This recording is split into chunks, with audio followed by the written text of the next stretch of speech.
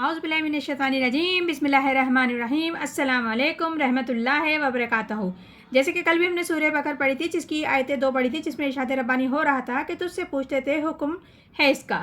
تو کہہ دو اے نبی پاک وہ گندی چیز ہے، سو تم الگ رہو، عورتوں سے حیض کے وقت نزدیک نہ ہو، ان کے یہاں تک کہ پاک ہو جائیں، پھر جب خوب اچھے سے پاک ہو جائیں تو ان کے پاس آؤ جہاں سے حکم دیا تم کو اللہ نے، بے شک اللہ تعالیٰ پسند کرتے ہیں توبہ کرنے والوں کو اور پسند کرتے ہیں پاک صاف رہنے والوں کو۔ آگے ارشاد ربانی ہے نساءکم حرث لکم، تمہاری عورتیں تمہاری کھیتی ہیں۔ پروردگار عالم بیان فرما رہے ہیں کہ تمہاری عورتیں تمہاری لیے کھیتی کے مانند ہیں، جیسے کہ کھیت میں بیج بوتے ہیں، فصل کاٹتے ہیں، اسی طرح تمہاری بیوی کے ذریعے اللہ تمہیں اولاد عطا فرماتا ہے۔ پھر اللہ تعالیٰ فرما رہے ہیں فَآتُوا حَرْثَكُمْ أَنَّ شَئْتُمْ، آؤ اپنی کھیتی میں جہاں سے چاہو۔ اس آیت میں پروردگار فرما رہے ہیں کہ جو بھی کھیتی والی جگہ ہے ادھر تم جاؤ، اور جدھر سے بھی جاؤ اس میں کوئی رکاوٹ نہیں، داہنی طرف سے بائیں طرف سے، لیکن ہو وہ فرض کے دائرے کے اندر جس کا حکم رب العزت نے وَقَدِّمُوا أَنفُسَكُمْ وَاتَّقُوا اللَّهَ وَاعْلَمُوا إِنَّكُمْ مُلَاقُوهُ، آئندہ کے لیے تدبیر کرو اپنے واسطے، ڈرتے رہو اللہ سے اور جان لو تم اس سے ملنے والے ہو۔ اس آیت میں پروردگار عالم فرما رہے ہیں اپنے آگے کے لیے تدبیر کرو، سامان کرو، مطلب اپنی اولاد، کیونکہ انسان کے بڑھاپے کا سہارا اس کی اولاد ہی ہوتی ہے، اور اللہ سے ڈرتے رہو، اور جب جب شریعت کا حکم آیا ہے، یہ آپ جان لو کہ جب جب شریعت کا حکم آیا ہے تو تقویٰ یعنی کہ اللہ تعالیٰ سے ڈرنے کا حکم ساتھ ساتھ آیا ہے، کیونکہ ایک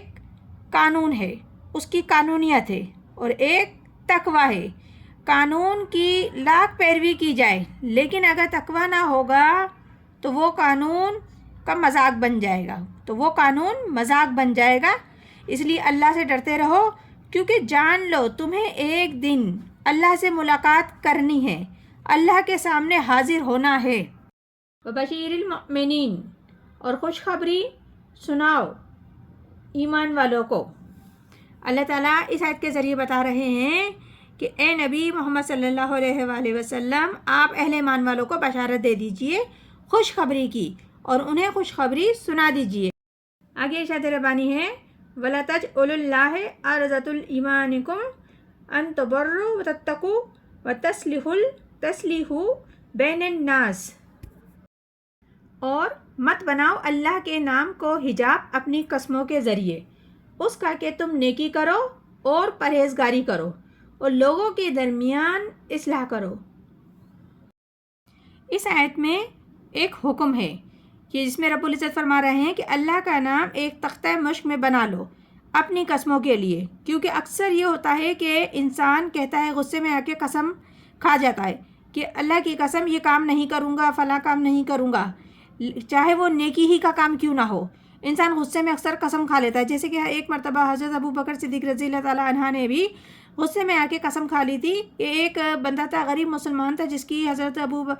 بکر صدیق رضی اللہ تعالیٰ عنہ مدد کیا کرتے تھے، لیکن جب حضرت عائشہ پر تہمت لگائی گئی تو وہ بھی اس لوگوں میں شامل تھا، تہمت لگانے والوں میں۔ تو حضرت ابو بکر صدیق رضی اللہ تعالیٰ عنہ کو غصہ آیا، انہوں نے بولا کہ میں نے ساری زندگی اس بدبخت کی مدد کری اور اس کے کام آتا رہا، لیکن یہ بھی ان لوگوں میں شامل ہو گیا جو لوگ تہمت لگا رہے تھے میری بیٹی پہ، اب اللہ کی قسم میں اس کی کبھی مدد نہیں کروں گا۔ تو اللہ تعالیٰ نے فرمایا تم ایسا نہ کرو، تم اپنی نیکی کے دروازے کو بند نہیں کرو، قسم کھا لی ہے تو اب قسم کو کھول دو، یعنی کہ کفارہ دے دو۔ نیکی کا کام کرنے سے تقوی کے کام روکنے کے لیے قسم کھا لینا، اور اس کے لیے لوگوں کے درمیان مصلحت کرو۔ اب آپ نے جیسے مثال کے طور پہ کسی 2 بھائیوں کے درمیان جھگڑا تھا، مصلحت کی تحت آپ نے کوشش کی کہ یہ دونوں بات مان لیں، بات چیت کے ذریعے ان کو صلح راضی کرا لیں اور ان کی بات چیت کرا لیں، لیکن وہ نہیں مانتے اور وہ مستقل اپنی بات پہ اڑے رہتے ہیں، تو انسان غصے میں آ کے قسم کھا لیتا ہے کہ اللہ کی قسم میں اب آپ لوگوں کے معاملے میں بالکل نہیں بولوں گا۔ تو نہیں بھائی، اصلاح کرتے رہو۔ اگر اس قسم کی کوئی قسم کھا بھی لیتے ہو تو اس کا کفارہ ادا کر دو، کیونکہ یہی پروردگار عالم کا حکم ہے کہ آپ قسم نہ کھاؤ۔ اگر کھا لیتے ہو جوش و جذبات میں آ کر کہ تو کچھ کام نیکی کے بھی ہوتے ہیں، کچھ کام چلو ہوتے ہوں گے برے کے، لیکن کچھ کام اکثر و بیشتر اور جو مومن ہیں، متقی ہیں، پرہیزگار لوگ ہیں تو ان سے تو نیکی کام سارے زرد ہوتے ہیں، وہ نیکی کام کرتے ہیں۔ لیکن اگر جذبات میں آ کے قسم کھا لیتے ہیں تو آپ اس کا کفارہ ادا کر دو، آپ رکو نہیں ان نیکی کے کام سے، آپ نیک کام کرتے رہو۔ اسی لیے پروردگار عالم آگے فرما رہے ہیں واللہ سمیع العلیم، اللہ سب کچھ جانتا ہے اور سنتا ہے۔ تو اس آیت میں پروردگار عالم نے فرمایا کہ تم سے جو بھی خطا ہو جاتی ہے اس پہ کفارہ ادا کر کے، معافی تلافی کر کے اور استغفار کر لو گے تو اللہ تعالیٰ سب کچھ سننے والا ہے، جاننے والا ہے،